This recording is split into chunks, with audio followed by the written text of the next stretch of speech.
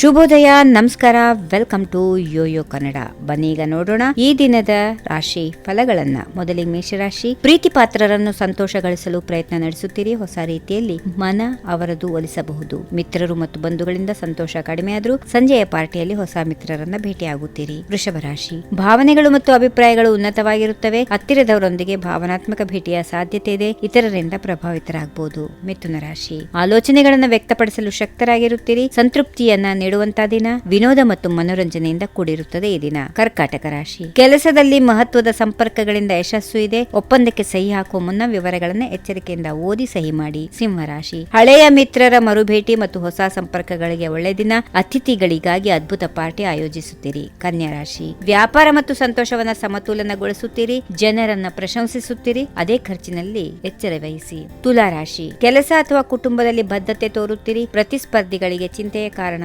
ಆಗುತ್ತೀರಿ. ವೃಶ್ಚಿಕ ರಾಶಿ. ಪ್ರೀತಿ ಪಾತ್ರರ ಭಾವನೆಗಳನ್ನು ಅರ್ಥ ಮಾಡಿಕೊಳ್ಳಿ. ಅವರನ್ನ ವಿಶೇಷವೆಂದು ಭಾವಿಸುವಂತೆ ಮಾಡಿ, ಆದರೆ ನಿಯಂತ್ರಿಸಲು ಪ್ರಯತ್ನ ಮಾಡಬೇಡಿ. ಧನುರಾಶಿ. ತಾರೆಗಳು ಪ್ರಬಲವಾಗಿವೆ. ವೃತ್ತಿಯಲ್ಲಿ ಮೆಚ್ಚುಗೆ ಪಡೆಯುವಂತಹ ದಿನ. ಸಮಸ್ಯೆಗಳನ್ನ ದಾಟಿ ಹೃದಯವನ್ನ ಗೆಲ್ಲುತ್ತೀರಿ. ಮಕರ ರಾಶಿ. ಕೆಲಸದಲ್ಲಿ ಮಾನ್ಯತೆ ಮತ್ತು ಪುರಸ್ಕಾರಗಳು ಕಾದಿವೆ. ಸಹೋದ್ಯೋಗಿಗಳು ಉತ್ತೇಜನ ನೀಡುತ್ತಾರೆ. ಉದ್ಯೋಗ ಬದಲಾವಣೆಗೆ ಇದು ಸರಿಯಾದ ಸಮಯ ಅಲ್ಲ.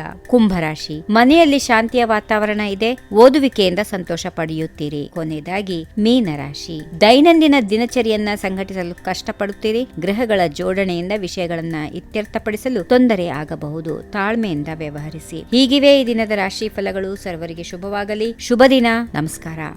ಈ ವಿಡಿಯೋ ನಿಮಗೆ ಇಷ್ಟವಾದಲ್ಲಿ ಲೈಕ್ ಮಾಡಿ, ಶೇರ್ ಮಾಡಿ, ಸಬ್ಸ್ಕ್ರೈಬ್ ಮಾಡಿ.